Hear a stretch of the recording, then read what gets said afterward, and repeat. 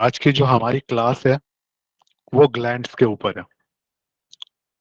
Glands हमारे शरीर में अलग-अलग स्थानों पे स्थित है और हिंदी में अगर हम देखें तो इसे फैला कहा जाता है। एक ऐसा फैला जिसमें कुछ न कुछ भरा हुआ है।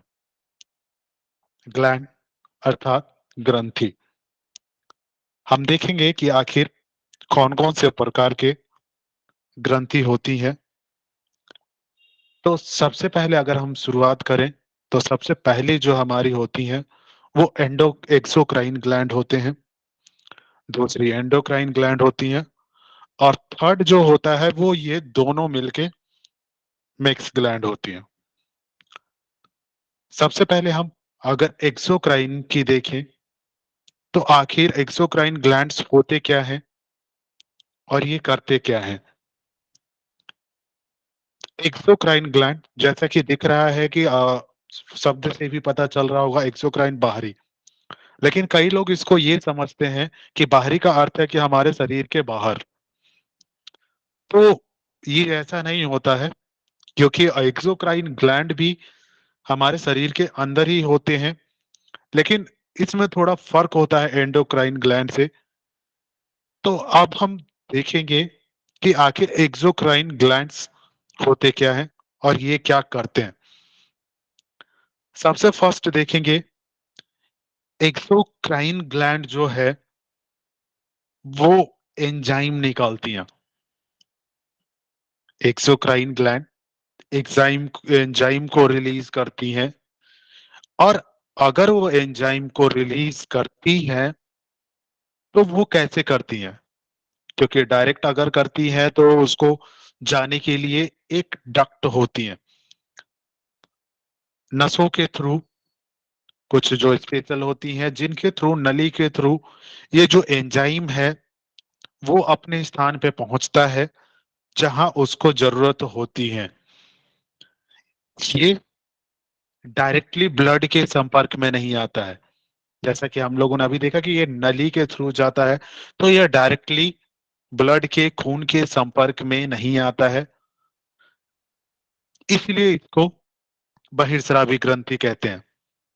जैसे आप देखेंगे आंसू, मोम जो आपके कान में बनते हैं, कीचड़ जो आपकी आंखों में बनते हैं, पसीना, आपका सीबम हो गया, लार हो गया, तो ये डायरेक्टली आपके ब्लड में नहीं मिलता है। या तो जब ये निकलते हैं तो ऐसा नहीं होता है कि आपके किसी हिस्से से ब्लड निकल रहा हो। अगर आंसू आते हैं तो ऐसा नहीं होता है कि आंसू से आपके ब्लड आ रहा हो, क्योंकि उसमें ब्लड मिक्स नहीं होता है, डायरेक्टली वो ब्लड के संपर्क में नहीं आता है। तो ये चीजें हमने देखी एक्सोक्राइन ग्लैंड में, ये एंजाइम रिलीज करता है, इसमें नलियां होती हैं, डक्ट होते हैं और ये डायरेक्टली ब्लड के संपर्क में नहीं आता है। अब हम बात करें एंडोक्राइन ग्लैंड्स, तो एंडोक्राइन ग्लैंड्स को हिंदी में अंतःस्रावी ग्रंथि बोलते हैं। और ये अंतःस्रावी ग्रंथि करता क्या है, यहाँ अगर हमने एक्सोक्राइन में देखा था तो ये एंजाइम रिलीज करता था, लेकिन एंडोक्राइन ग्लैंड हार्मोन रिलीज करता है। एंडोक्राइन ग्लैंड से हार्मोन निकलता है और जो हार्मोन निकलता है एंडोक्राइन ग्लैंड्स में, ये चीज ध्यान रखेंगे कि नलियां नहीं होती है, डक्ट नहीं पाई जाती हैं। जब ये निकलती हैं तो ये जैसे ही निकलती हैं, अगर मान के चले कि हमें किसी अंग को जरूरत हो कि यहाँ पे हमें हार्मोन की जरूरत है, तो वो क्या करती है, हार्मोन को निकालती हैं और डायरेक्टली ब्लड में छोड़ देती हैं। बाकी जो ब्लड पूरे शरीर में हमारे नसों के थ्रू, वेन्स के थ्रू जो ब्लड पूरे शरीर में खून पहुंचाने का काम कर रहा है, वो क्या करता है, उस हार्मोन को जिस भी अंग को जरूरत होती है, जिस भी हिस्से में जरूरत होती है, वो ब्लड के माध्यम से, खून के माध्यम से वो उसको वहां तक पहुंचा देती है। अब हम देखेंगे मिक्स ग्लैंड, मिश्रित ग्रंथि।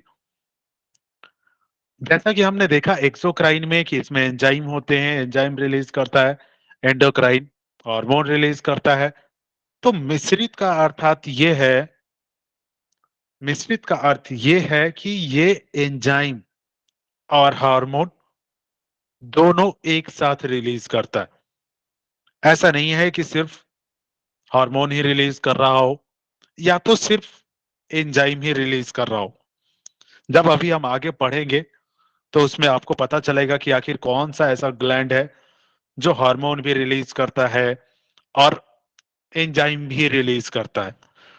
तो बेसिक सा अंतर हमें ध्यान रखना है चीजों को, क्योंकि डायरेक्टली क्वेश्चन पूछ दिया जाता है कि आखिर कौन सा अंतःस्रावी ग्रंथि है जो हार्मोन रिलीज करती है, या एंडोक्राइन ग्लैंड है उनमें नलियां होती हैं नहीं होती हैं। तो ये चीज ध्यान रखेंगे कि एक्सोक्राइन ग्लैंड में आपकी डक्ट होती हैं, एंडोक्राइन ग्लैंड में डक्ट नहीं होती हैं। एक्सोक्राइन ग्लैंड एंजाइम रिलीज करती हैं और एंडोक्राइन ग्लैंड हार्मोन रिलीज करती हैं। और जो मिक्स्ड ग्लैंड है ये वो दोनों हार्मोन और एंजाइम को रिलीज करने का काम करती हैं। आगे जब हम पाचन तंत्र पढ़ेंगे, डाइजेस्टिव सिस्टम, तो उसमें हम इसको विस्तृत तरीके से पढ़ेंगे कि आखिर कौन सा ग्रंथि है जो पाचन में काम करता है और कौन से हार्मोन कौन से एंजाइम उस पाचन क्रिया को सुगम बनाता है। अब हम आगे बढ़ते हैं।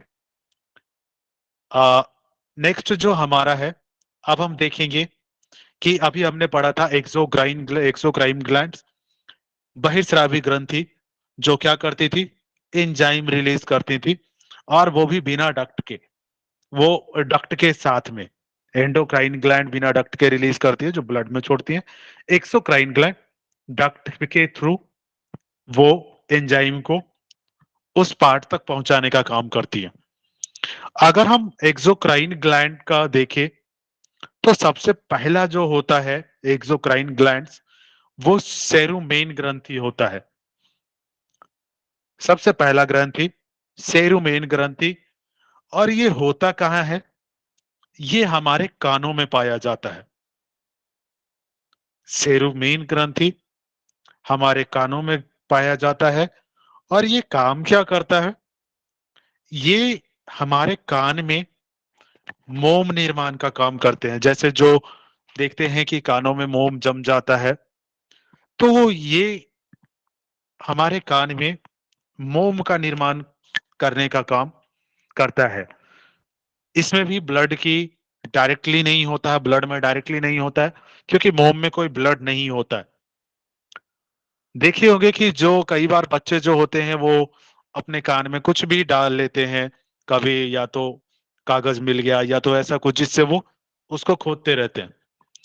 आप इसको जितना डिस्टर्ब करते हैं, सेरुमेन ग्रंथि को जितना डिस्टर्ब किया जाएगा, ये मोम का निर्माण उतना ज्यादा करेगा।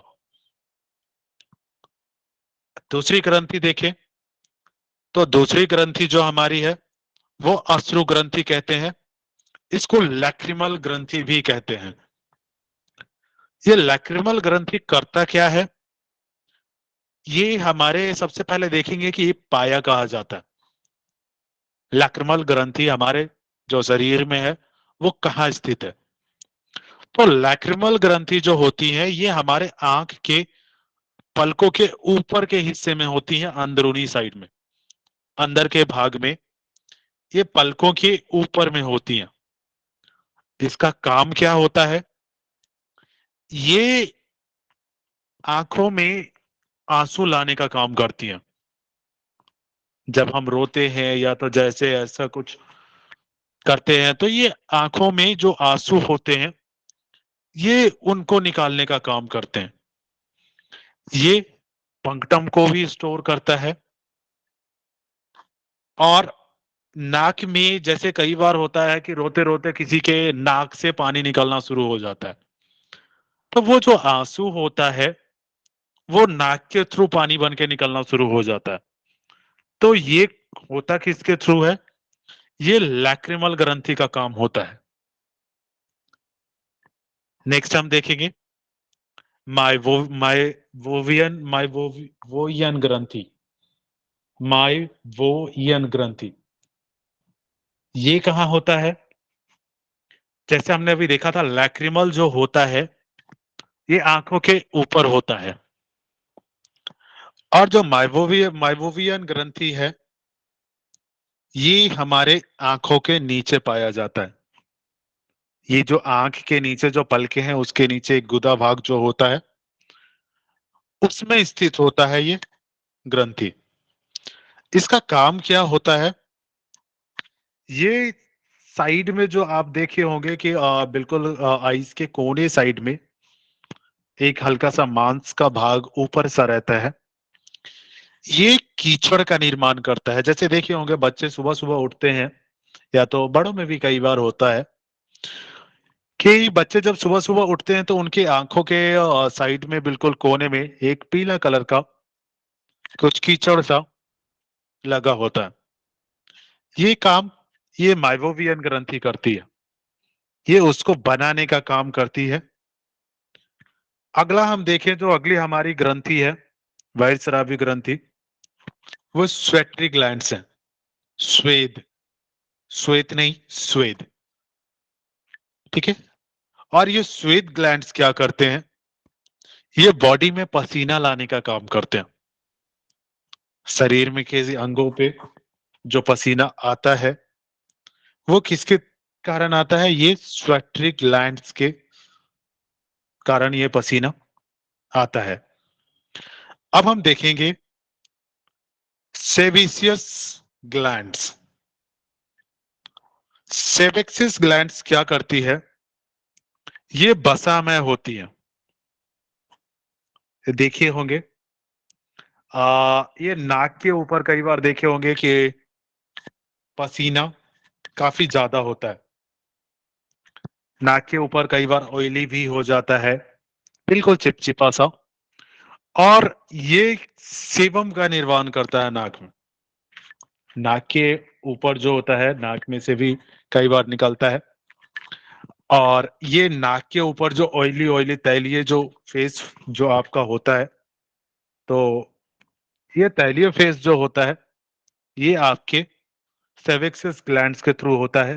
क्योंकि ये बस हम ऐसे समझ रहे होंगे कि ऑयली टाइप का, बिल्कुल चिपचिपा सा, चिकना सा बिल्कुल। ये हमारे जैसे जानवरों में देखे होंगे तो जानवरों के पूरे शरीर में ये बहुत ज्यादा होता है। उनमें ग्लैंड्स की मात्रा बहुत ज्यादा होती है। सभी अगर कभी आप जैसे हाथ लगाते हैं जानवरों के शरीर के ऊपर तो वो बिल्कुल स्किनी फील होता है, बिल्कुल ऑयली सा, बिल्कुल चिकनाहट में। तो वो इसी के कारण होता है। नेक्स्ट हम देखेंगे सलाइवरी ग्लैंड्स, जो लार है। सलाइवरी ग्लैंड्स भी है जो डक्ट के थ्रू आता है, डायरेक्टली ये ब्लड में नहीं होता है। इसको सलाइवरी ग्लैंड्स को करते क्या है? सलाइवरी ग्लैंड्स ये पाचक रस निकालते हैं। पाचक रस को हम जब हम आपका डाइजेस्टिव सिस्टम पढ़ेंगे तो उसमें हम देखेंगे कि पाचक रस का काम क्या होता है। वहां पे हम डिटेल में पूरा पढ़ेंगे कि पाचक रस आखिर डाइजेशन में क्या काम करता है और कैसे काम करता है। तो हमने ये 6 पढ़े। अब हमारा 7वां जो है ये है हमारा गैस्ट्रिक ग्लैंड, अर्थात जिसको हम जठर ग्रंथि भी कहते हैं। तो जठर ग्रंथि जो है इसका काम क्या होता है? ये पाचक होता है। ये पाचन के लिए आपका 2 हार्मोन निकालता है, 2 एंजाइम निकालता है, जिसको हम कहते हैं रेनिन एंड पेप्सिन। ये 2 एंजाइम निकलते हैं जठर अग्नि से। रेनिन और पेप्सिन को भी हम डिटेल में पाचन जब तंत्र पढ़ेंगे तो उसमें हम देखेंगे कि रेनिन क्या करता है और पेप्सिन का काम क्या होता है। मेनली अगर हम यहाँ नॉर्मली समझे तो रेनिन जो होता है वो दूध को पचाने का काम करता है और पेप्सिन जो होता है वो प्रोटीन को प्रोटीन को पचाने का काम करता है। बाकी हम वहाँ जब पढ़ेंगे पाचन तंत्र तो वहां हम बिल्कुल डिटेल में इनको डिस्क्राइब करेंगे। अब होता है म्यूकस ग्लैंड। म्यूकस क्या करता है, ये आपके म्यूकस का निर्माण करता है। म्यूकस क्या होता है, आ, जो हमारे जैसे भोजन हम करते हैं तो जैसे जो एसोफेगस जो होता है, हमारा जो फूड पाइप होता है, उससे बिल्कुल आसानी से जो फूड होता है वो नीचे उतर जाता है। तो म्यूकस क्या करता है, म्यूकस बिल्कुल चिपचिपा पदार्थ होता है जो भोजन को नीचे ले जाने का काम करता है, नीचे सरकाने का काम करता है। और ये चीजें हम देखेंगे, म्यूकस जो हमारा पाचन तंत्र है और हमारे जो लार्ज इंटेस्टाइन होते हैं, स्मॉल इंटेस्टाइन होते हैं, उनमें जो भोजन को आगे बढ़ाने का काम करता है तो वो यह म्यूकस ही करता है।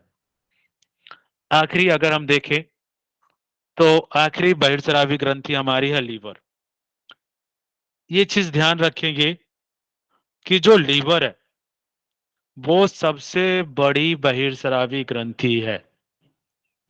अगर कहीं पूछा जाए कि सबसे बड़ी बहिर्स्रावी ग्रंथि कौन सी है, एक्सोक्राइन ग्लैंड, तो वो हमारी लीवर होती है।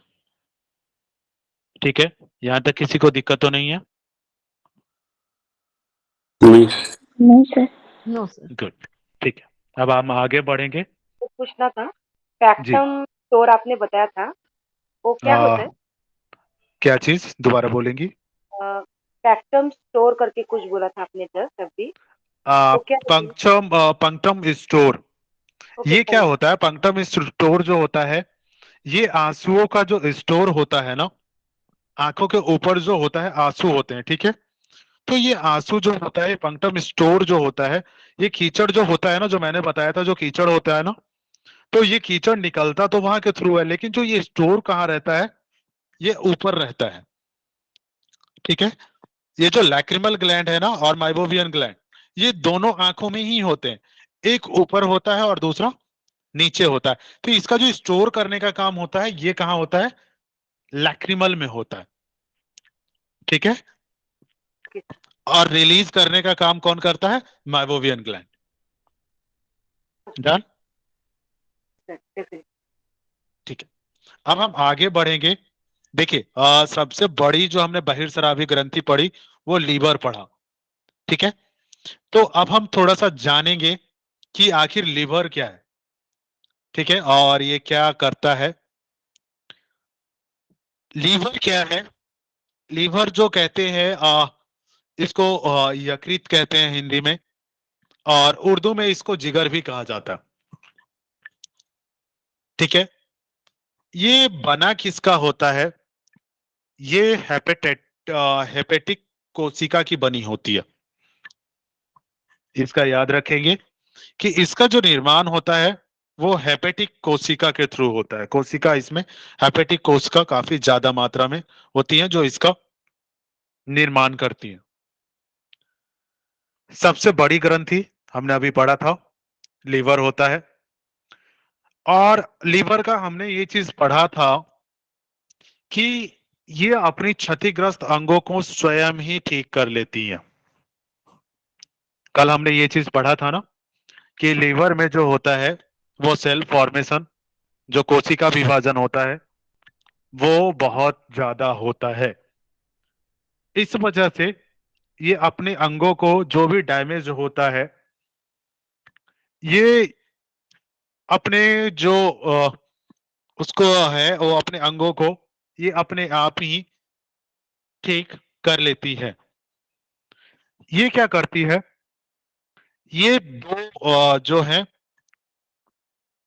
इसका निर्माण करती है। एक तो प्रोथ्रोम्बिन का निर्माण करती है और एक फाइब्रिनोजन का निर्माण करती है।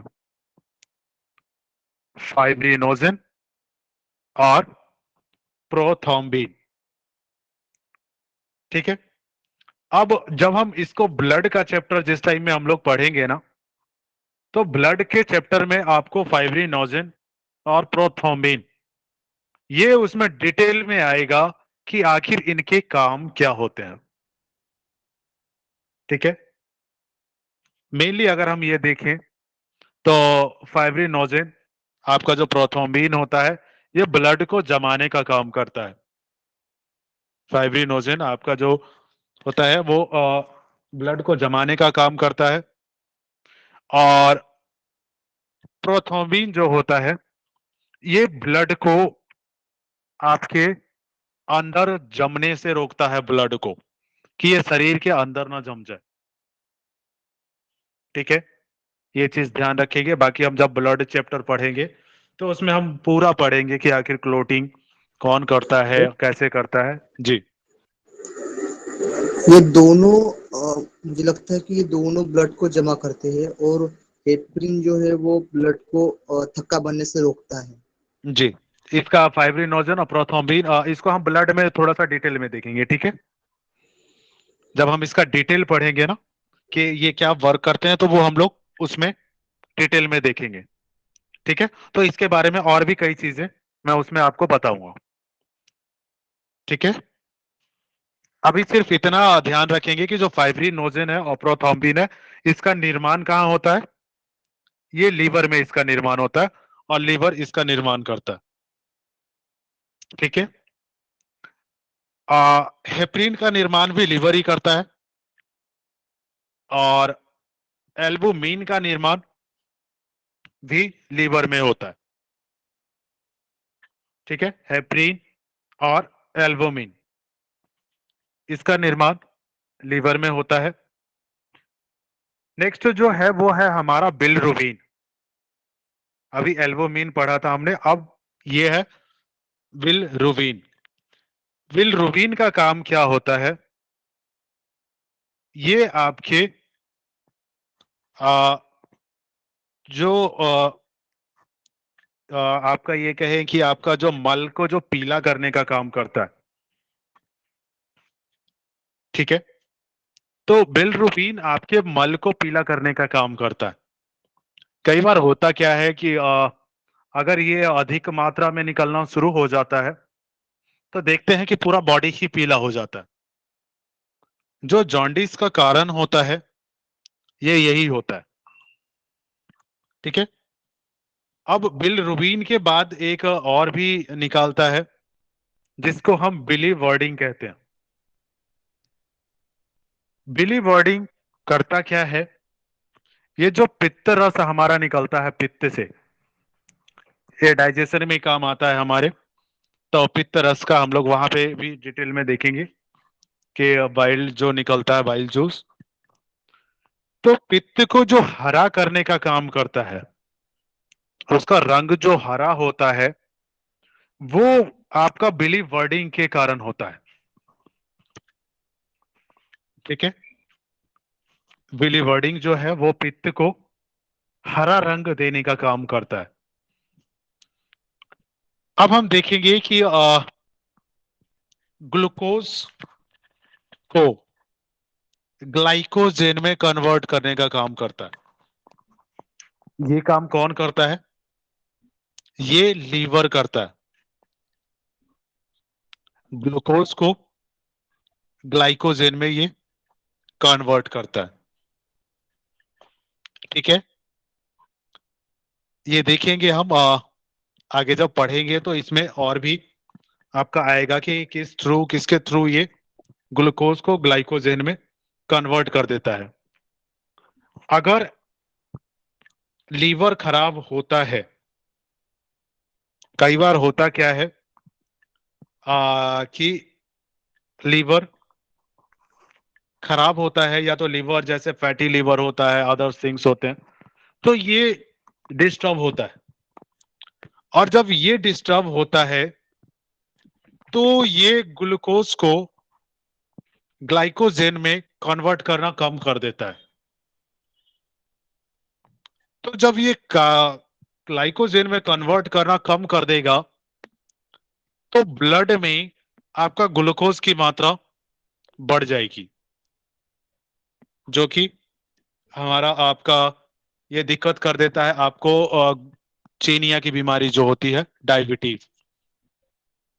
ठीक है, अगर इसमें लीवर में दिक्कत होती है जिसकी वजह से वो ग्लूकोज को ग्लाइकोजन में कन्वर्ट नहीं कर पाता है या तो कम करता है, तो आपके जो रक्त में है वो ब्लड, आपके जो ग्लूकोज की मात्रा बढ़ती चली जाती है। अगला जो होता है, जो हम कार्बोहाइड्रेट की मात्रा लेते हैं,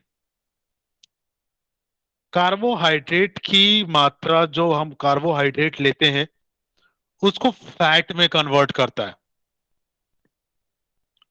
और फैट को कोलेस्ट्रॉल में कन्वर्ट करता है। फैट जो होता है वो कोलेस्ट्रॉल में कन्वर्ट हो जाता है, जिसके थ्रू हमें ऊर्जा मिलती है। कई बार होता क्या है कि अगर ये डिस्टर्ब होता है तो आप कार्बोहाइड्रेट लेते जाए, वो फैट का निर्माण होता चला जाएगा, फैट में होता चला जाएगा। लेकिन फैट से अगर कोलेस्ट्रॉल में कन्वर्ट होता है, अगर ये कम मात्रा में करता है तो आपका फैट है वो इकट्ठा होता चला जाएगा। कार्बोहाइड्रेट आपका फैट में कन्वर्ट होता रहेगा और फैट से ये इकट्ठा होता चला जाएगा, ये कोलेस्ट्रॉल में कन्वर्ट नहीं होगा। अगर कोलेस्ट्रॉल में कन्वर्ट नहीं होता है तो ब्लड में कोलेस्ट्रॉल की मात्रा बढ़ेगी, जो कि हार्ट अटैक का खतरा डबल कर देती है। सर ये प्लीज वापस से रिपीट कर दीजिए ना, दो कार्बो लाइन। जैसे हम इंटेक करते हैं कार्बोहाइड्रेट, ठीक है, डायरेक्टली इंटेक करते हैं फूड के थ्रू, ठीक है। अब फूड के थ्रू जो कार्बोहाइड्रेट हम इंटेक करते हैं वो कन्वर्ट होता है किसमें? फैट में, है ना।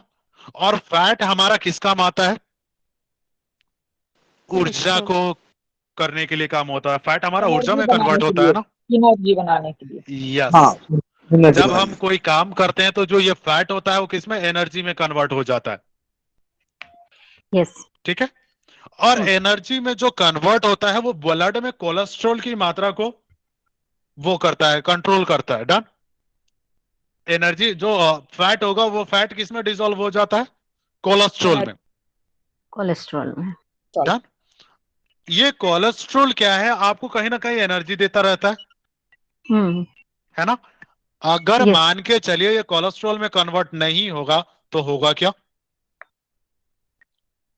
तो या तो यहाँ पे कोलेस्ट्रॉल में कन्वर्ट होता चला गया, या तो लीवर, मान के चलिए कि लीवर का फंक्शन आपका बिगड़ा। डन। तो कोलेस्ट्रॉल, या तो आपने कोई वर्क नहीं किया, काफी टाइम तक आप कोई वर्क नहीं कर रही हैं, तो वो कोलेस्ट्रॉल क्या होगा? आपके बॉडी में बढ़ता चला जाएगा। डॉक्टर कहते हैं ना कि आपके ब्लड में कोलेस्ट्रॉल की मात्रा ज्यादा हो गई। अब जब ये कोलेस्ट्रॉल की मात्रा बढ़ेगी तो ये करेगा क्या? आपके हार्ट को इफेक्ट करना शुरू कर देगा। ओके। जब ये हार्ट को वर्क देगा, क्योंकि हार्ट को वर्क काफी ज्यादा करना पड़ेगा, ठीक है। अगर आपके ब्लड में कोलेस्ट्रॉल की मात्रा ज्यादा हो गई तो जब हम पढ़ेंगे ना, जब हार्ट का सिस्टम पढ़ेंगे ना, तो देखेंगे कि वो जब पंप करता है तो उसको कितना मुश्किल होता है पंप करने में, जब ब्लड में कोलेस्ट्रॉल की मात्रा बढ़ जाए।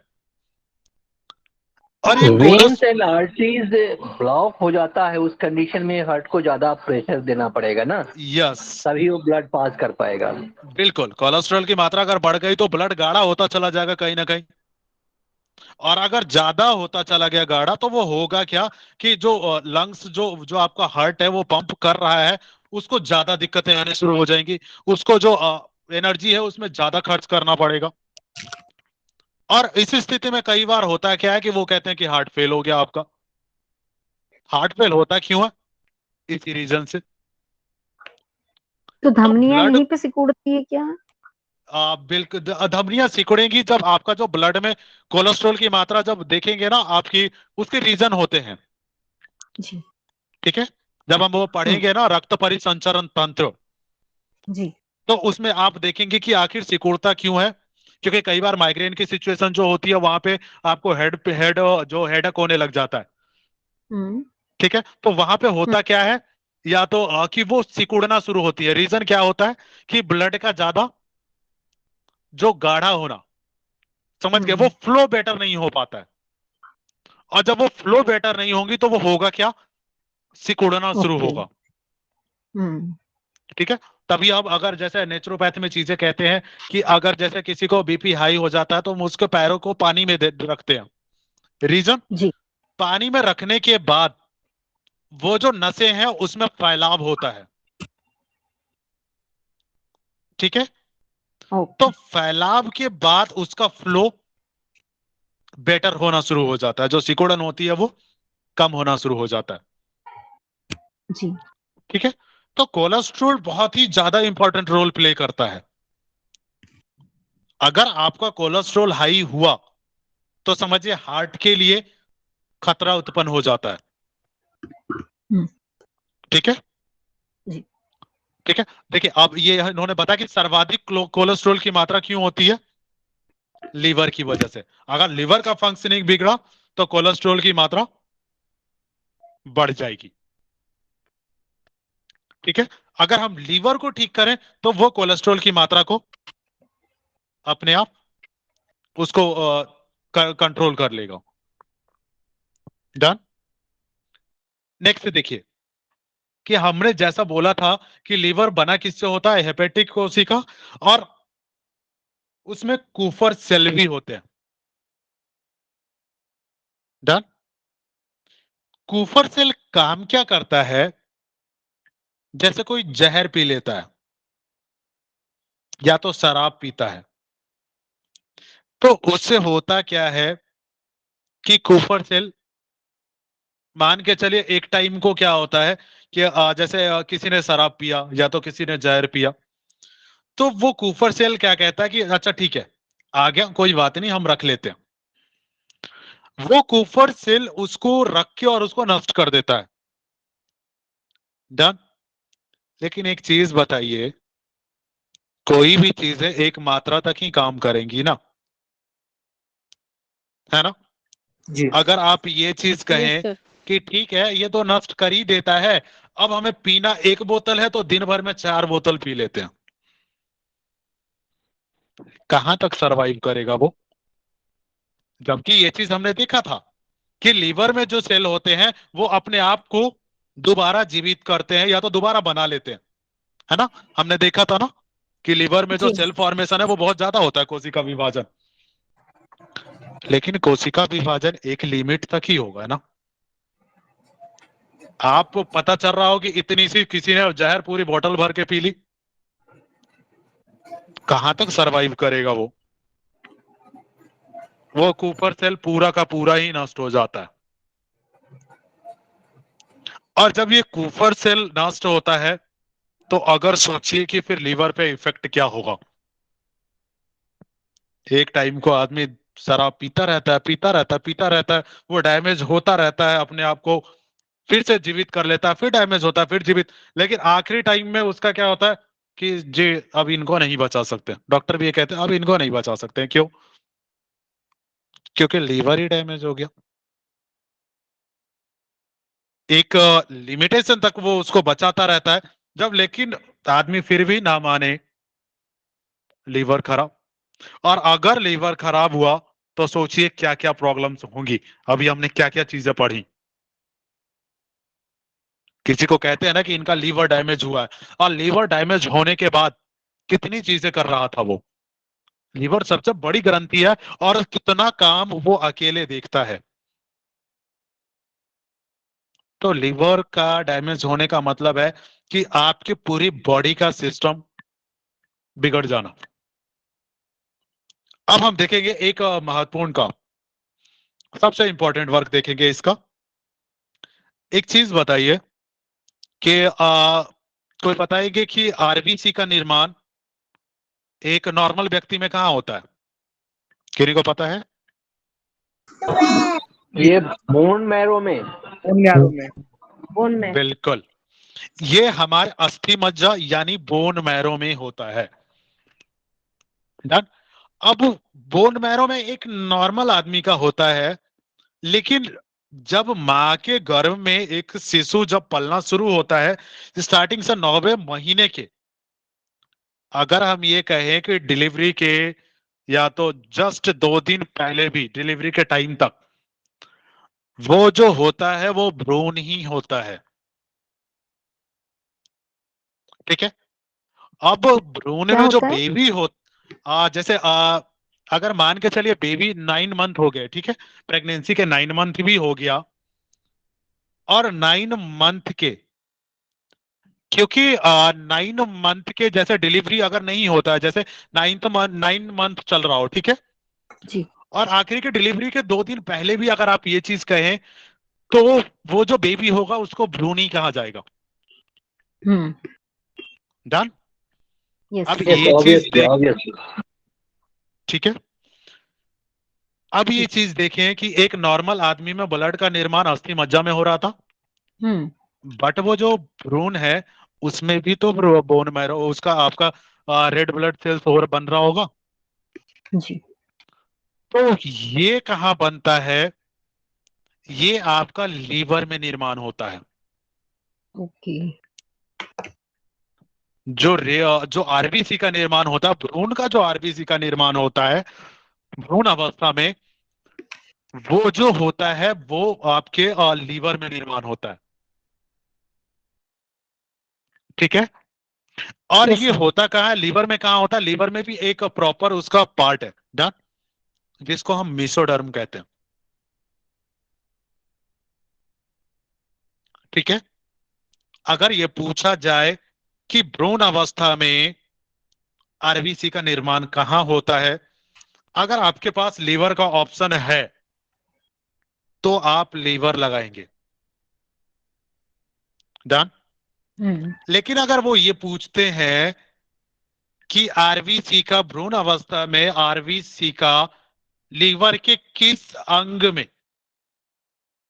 आरबीसी का निर्माण होता है, तो वहां पे आपका जो ऑप्शन होगा वो मेसोडर्म होगा। ठीक है। अब ये चीज देखिए कि हमने जब ऐसा जैसे पढ़ा, जैसे हम जब बहिर उसमें पढ़ेंगे ना कि आपका जो एक्सोक्राइन है ग्लैंड से, और बाकी जब हम पढ़ेंगे कि किडनी का जब हम वर्क वगैरह पढ़ेंगे, तो उसमें हम ये चीजें पढ़ेंगे कि जो हमारा जो मूत्र होता है, यूरिन, इसमें सबसे ज्यादा जो मात्रा होती है वो अमोनिया की होती है। अमोनिया बाद में बन जाता है, यूरिन जब काफी देर तक रुक जाता है तो अमोनिया का निर्माण बढ़ता जाता है, उसमें कंटेंट बढ़ता जाता है, ऐसा मैंने पढ़ा कहीं। अमोनिया का जैसे देखिए कई सारे जो देखेंगे ना, जैसे ग्लैंड्स जो होते हैं ना, तो उसमें कुछ चीजें मिक्स होती हैं, डन। कई सारे जो उसमें एंजाइम्स होते हैं ना, वो उसमें मिक्स होते हैं, डन। जो जी जी आपका जी। मूत्र है, और मूत्र में उसकी वजह से वो अमोनिया में कन्वर्ट हो जाता है। अच्छा, वो एंजाइम से अमोनिया में कन्वर्ट हो जाता यस, डन। वो अमोनिया में कन्वर्ट हो जाता है। जैसे देखिए ऐसा तो नहीं है ना कि जैसे मूत्र का त्याग तो टाइम टाइम पे करते रहते हैं, है। Yes yes. तो वो ज्यादा टाइम तो ऐसा नहीं है ना कि वो 1 डे या तो 2 डे स्टोर हो रहा है, नहीं हो रहा है। ठीक है। और अमोनिया का देखेंगे कि अमोनिया एक जैसे कितना बहुत कुछ ज्यादा ही खतरनाक है। जी, और बहुत खतरनाक है। ठीक है, तो इसीलिए करता क्या है कि अमोनिया को कुछ लीवर जो है कुछ ऐसे एंजाइम भी निकालता है कि वो अमोनिया को यूरिया में कन्वर्ट कर देता है। यूरिया होगा तो फिर घुटनों में दर्द हो जाएगा। यूरिक एसिड का जब लेवल बढ़ता है तो होता क्या है? घुटनों में दर्द क्यों होता है? डॉक्टर क्या कहते हैं कि इनका यूरिक एसिड बढ़ गया है। अमोनिया ही है वो। यस, यूरिक एसिड है। जहां पे वो यूरिया में कन्वर्ट होना कम हुआ, ठीक है, तो वो स्टोर होना शुरू हो जाएगा आपके जॉइंट्स में, जी जी जी। डन। और वही आपके जो ये आर्थराइटिस वगैरह में कहते हैं ना कि आपका यूरिक एसिड बढ़ा हुआ है, वो एसिड हमेशा खतरनाक होता है। तो सोचिए अमोनिया को अगर आप बाहर देखें, लैब में देखेंगे अमोनिया को, तो कुछ ज्यादा ही खतरनाक होता है अमोनिया। डन। तो अगर वो अमोनिया, सोचिए कि अगर वो अमोनिया उसी लेवल में होता है तो कितनी प्रॉब्लम करना शुरू कर देता है। लेकिन यूरिया जो है वो इतना खतरनाक नहीं होता है, तो वो अमोनिया को यूरिया में कन्वर्ट कर देता है। कई लोगों का आपने देखा होगा, जैसे कई लोग, जैसे बाहर में आप लोगों ने देखा होगा ना, पेशाब घर होता है या तो कुछ ऐसा बना होता है ना, लोग ऐसे दीवार पे वॉशरूम कर देते हैं। ठीक है, दीवार पे ही पेशाब मूत्र त्याग कर देते हैं। आपने वहां देखा कभी कितना स्मेल आता है अगर आप बगल से निकल जाए तो? रीजन क्या होता है? वो अमोनिया की वजह से। वो अमोनिया। अगर और अमोनिया को अगर आप बाहर कहीं, हाँ दीवार भी जी, गिरा देता है अमोनिया की वजह से। आप समझ सकते होंगे कि अमोनिया कितना खतरनाक है अगर वो यूरिया में चेंज ना हो तो। ठीक है। सर वो अमोनिया बढ़ने का कोई रीजन रहता है सर? अमोनिया बढ़ने का रीजन देखिए, अमोनिया बनता तो रहेगा, अमोनिया को हो बनेगा वो। ठीक है। अमोनिया बढ़ने का रीजन क्या है? आपका लीवर का प्रॉपर वर्क ना करना। ओके। अमोनिया बन रहा है, लीवर उसको क्या कर रहा है? यूरिया में कन्वर्ट कर दे रहा है। अगर सोच के चलिए कि लीवर ने एंजाइम निकालना बंद कर दिया, ओके। या तो कम कर दिया, अब इस अवस्था में क्या होगा? अमोनिया कन्वर्ट कहाँ होगा आपका यूरिया में? यस। वो कन्वर्ट नहीं हुआ तो यूरिक वो एसिड में बनेगा? Yes, okay.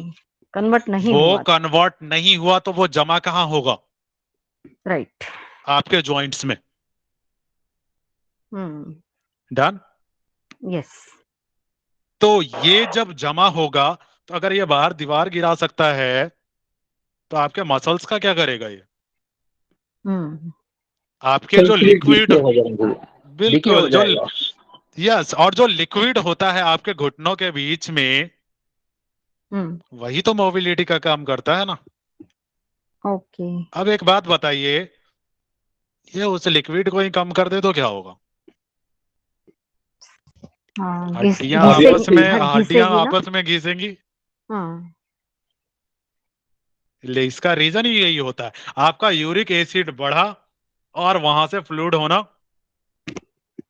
कम। इसीलिए डॉक्टर कहते हैं कि आप अपने लीवर की फंक्शन को सुधारो। यस। वाटर लेवल इतना पियो, ठीक है, ताकि वो हो क्या कि हो सकता है लीवर वहां पे, जैसे आप कई चीजें करते हैं, कुछ दवाइयां वगैरह भी, वो लोग मेडिसिन वगैरह भी देते हैं, ताकि वो लीवर के फंक्शन को थोड़ा सा सुधार सके, ताकि वो यूरिया में कन्वर्ट कर सके। ठीक है ना। अभी आगे हम देखेंगे ना, तो उसमें हम देखेंगे जो एंडोक्राइन ग्लैंड्स है ना, वो कुछ और भी निकालते हैं, कुछ जो हार्मोन निकालते हैं। वो क्या करता है, जो आपका जो पेशाब होता है ना, मूत्र जो होता है, उसकी सांद्रता को बनाए रखने का काम करता है। सांद्रता का अर्थ समझे? हाँ, गाढ़ापन। यस। ना तो ज्यादा गाढ़ा होने देता है और ना ही ज्यादा पतला होने देता है। ठीक है। तो यहां क्या किया इसने, लीवर ने क्या किया, अमोनिया से यूरिया में कन्वर्ट किया। अब वो यूरिया के थ्रू ही ज्यादा, क्योंकि मात्रा बिल्कुल कम हो गई अमोनिया की मात्रा को। सोचिए, अमोनिया को काफी कुछ मात्रा रह जाती है, ऐसा नहीं कि बिल्कुल खत्म कर देता है। ठीक है ना, बिल्कुल खत्म नहीं करता है, कुछ मात्रा उसकी रहती है, जिस वजह से अगर जो, जैसे कोई मूत्र त्याग करता है तो उसमें से गंध आती है। डन। अगर बिल्कुल ही जी। यूरिया में चेंज हो जाता तो नहीं आती। ओके। ठीक है ना। तो थोड़ी सी होती है, लेकिन वो इतना नहीं होता है कि आपको इफेक्ट कर पाए, आपकी बॉडी को इफेक्ट कर पाए। क्लियर? Yes yes sir. अब चलिए, ये चीज देखें, हमने लीवर में कितनी चीजें पढ़ी हैं। सबसे बड़ी ग्रंथि क्यों है? अगर कोई ये पूछ दे कि आखिर लीवर ही सबसे बड़ी ग्रंथि क्यों है, काम भी तो इसके कितने बड़े हैं। ये डिस्टर्ब होगा, आपका पूरा सिस्टम डिस्टर्ब करके रख देगा, क्योंकि ऐसा कौन सा सिस्टम नहीं है जिसको ये कंट्रोल नहीं कर रहा है। हर किसी को कर रहा, Yes. फिर आपके किडनी पे भी पाचन इफेक्ट पड़ेगा इसका। बिल्कुल करेगा। अगर हम्म। अगर अमोनिया की मात्रा बढ़ गई तो यूरिया को, अगर यूरिन को जो स्टोर करने का काम कौन करता है? किडनी में ही तो स्टोर होता है ना, हम्म। मूत्राशय जो आपका होता है, गॉल ब्लैडर। Gall bladder. कितना इफेक्ट करेगा? राइट। तो ये कहीं ना कहीं अपना प्रभाव पूरे अंगों पे डाल देगा, सभी अंगों पे। इसीलिए कहते हैं कि लीवर को सुरक्षित रखना चाहिए। क्यों कहते हैं कि इतना शराब का सेवन ना करें? इसीलिए तो कहते हैं। हम्म। ठीक है सर, जी। ये आपने जो बोला अर्थराइटिस जो होता है यूरिया का बढ़ने से होता है, यूरिया नहीं, तो अमोनिया। अमोनिया के बढ़ने से, हम्म। तो अर्थराइटिस जो रोग है उसको पता करने के लिए यूरिन टेस्ट करवाना पड़ता है क्या? वो आप जाएंगे तो आपको वो वही जांच करेंगे ही करेंगे। सबसे पहला जांच जो होगा वो आपका यूरिक एसिड का होगा। समझ गए? उसी से पता ना कि अर्थराइटिस है या बिल्कुल, क्योंकि यूरिक एसिड आपके ब्लड में नहीं होता है ना, मैंने अभी बताया था आपको, जी। है ना। यूरिक एसिड आपका डक्ट के थ्रू डालता है ना, सर डक्ट होता है उसमें। यूरिक एसिड को कन्वर्ट करने के लिए जो निकलता है वो डक्ट के थ्रू निकलता है ना। तो रक्त के में तो डायरेक्ट मिक्स नहीं होता है।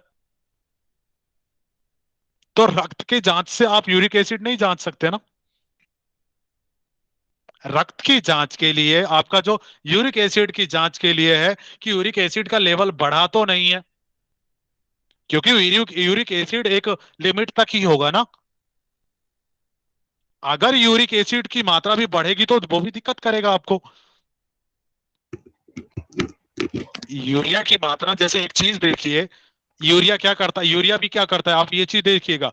खेतों में देखे होंगे ना, जो गांव से हम्म। होंगे वो खेतों में देखे होंगे, यूरिया का छिड़काव होता है, हाँ जी। सफेद कीटनाशक सफेद सा के होता रूप में और है। कुछ तो भी। यस, वो यूरिया क्यों करता क्या है, वो कीटों को मारने का काम करता है ना, उसको हम्म। बढ़ाने का काम करता है। लेकिन अगर यूरिया की मात्रा ज्यादा हो जाए, अगर किसी पेड़ पे आप यूरिया को अधिक मात्रा में डाल के देखें, वो क्या करेगा?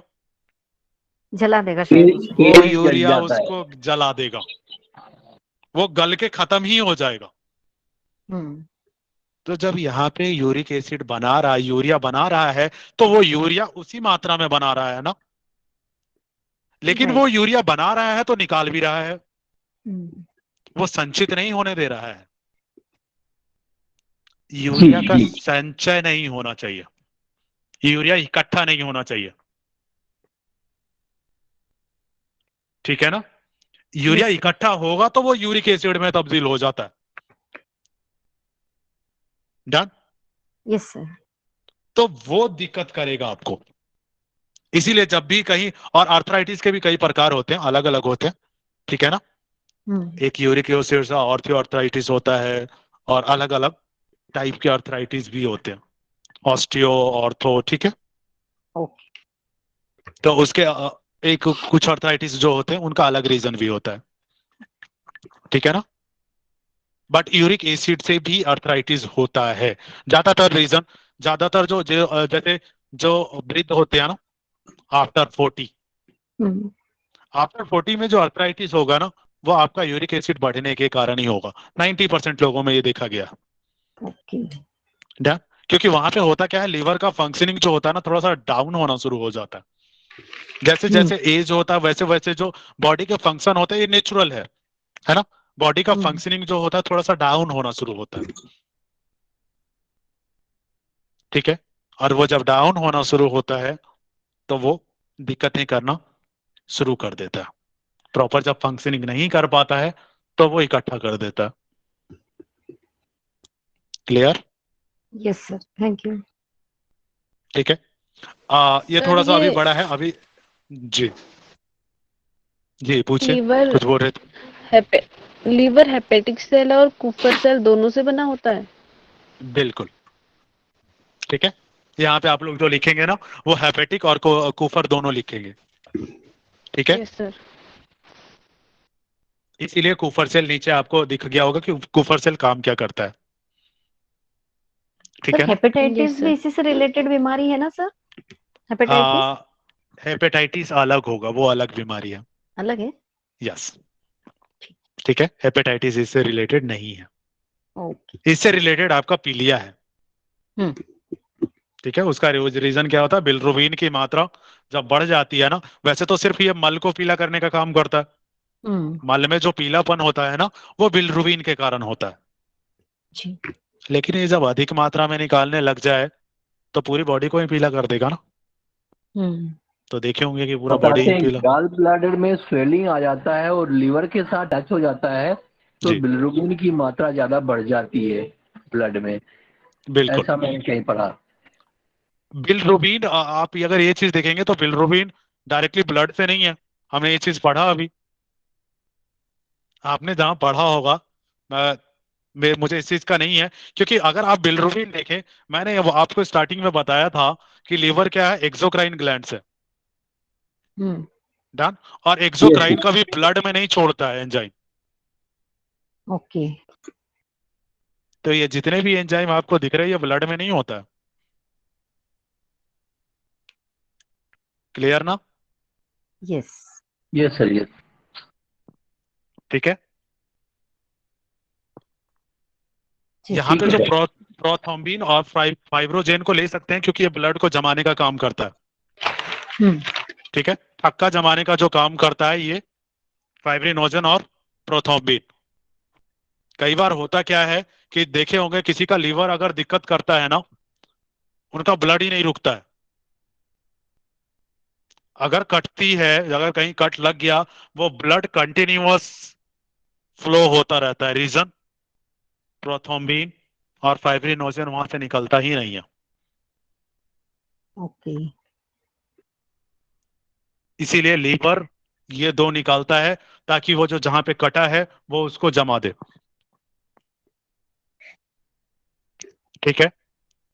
और हेपरिन का हमने ये चीज देखा कि हेपरिन क्या करता है आपका, उसको अंदर जमने से रोकता है। क्योंकि कई बार ऐसा हो भी सकता है ना कि अगर जब अंदर से ही निकल के आ रहा है, कहीं वो अंदर ही जमा दे ब्लड को, तो क्योंकि प्रोथ्रोम्बिन और ये तो अंदर ही है ना, अंदर से ही आते हैं। जी जी सर जी सर। तो कहीं अगर ये चोट लग अंदर जाता जम है, जी, कहीं चोट लग जाता है तो ब्लड क्लोटिंग अंदर भी तो हो जाता है सर। अंदर जैसे होता है। हाई बीपी लेकिन वगैरह की लेकिन वजह से। वो क्या करता है चोट लगने के बाद। ठीक है ना? चोट लगने के बाद, जी विदाउट सर। चोट लगे, विदाउट कट हुए, मान के चलिए कि प्रोथ्रोम्बिन है, हो सकता है वो ब्लड के थ्रू आ रहा हो। ब्लड के थ्रू ज्यादातर आता है प्रोथ्रोम्बिन, क्योंकि ब्लड को ही जमाना है ना। ठीक है। जी जी। तो ब्लड को जमाना है, तो वो ब्लड के थ्रू आ रहा है। तो अगर हेपरिन नहीं होगा तो वो पता चले नसों में ब्लड को जमाता हुआ आ जाए, और नसों में नसों जमा में दिया जमा तो दिया तो फिर तो अंदर ही हमारी डेथ होगी। जी जी। वो तो वहीं से डेथ हो जाएगा। हाँ, पता चले हार्ट में ही जमा दे। हाँ, तो वो हमारे घाव तक नहीं आ पाएगा ना। ये हार्ट में जमा दिया तो फिर पंपिंग कहाँ होगी? नस में भी, आर्टरी और वेंस में भी जम जाएगा तो वो पंप नहीं कर पाएगा ना। रियलिटी नहीं पंप कर पाएगा। समझ में आया? जी सर और जी एक सर। और हेलो, वेरी जी, इसमें बस मतलब हेपेरिन जस वायु के संपर्क में आता है ना, तो इसलिए वो जमा कर देता है।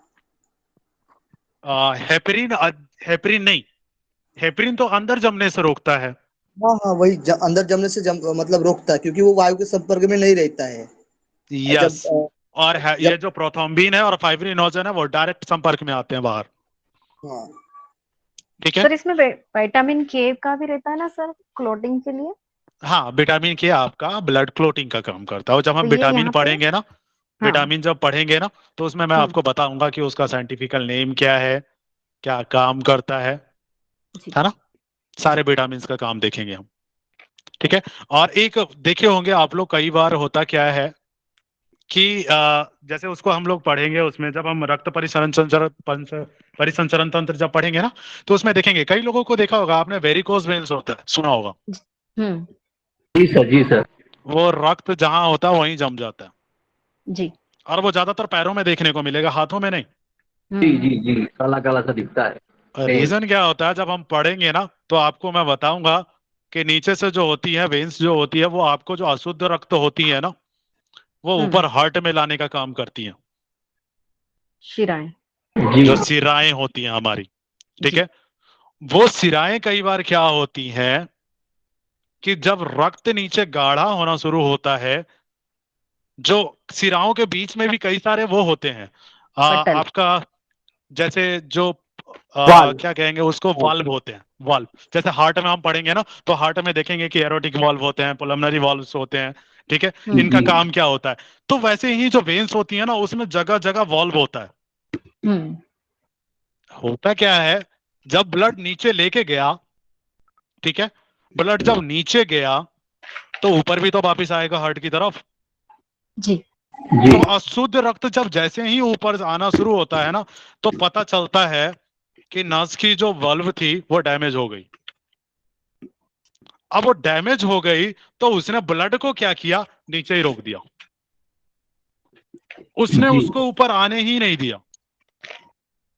और अगर ऊपर आएगा नहीं तो वो ब्लड क्या होगा, नीचे नसों में जम गया जी। और वो इकट्ठा होता रहा, होता रहा, और जब देखते हैं तो पूरी फूल जाती है वो।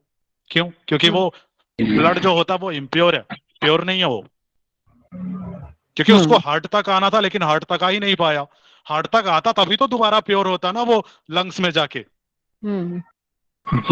लेकिन जब वो ऊपर आया ही नहीं, वो नीचे ही रह गया। तो जमने के कारण ब्लू ग्रीन जैसा होता है या पहले से ही वो ऐसा रहता है इसका कलर? नहीं, अशुद्ध वो का? अशुद्ध का कलर ही थोड़ा सा वैसा होता है। ओके। जो अशुद्ध रक्त होता है ना उसका कलर अलग होता है, ये याद रखिएगा। जी। शुद्ध वाला तो लाल लाल दिखेगा। यस, शुद्ध आर्टिफिशियल वाला होगा ना लाल उसके होता है और जो ब्लैकिश। ऑक्सीजन हीमोग्लोबिन वो रहते होगा हैं वो ना। नीला कलर का दिखेगा बिल्कुल, हाँ, राइट। उसमें अशुद्ध वाला।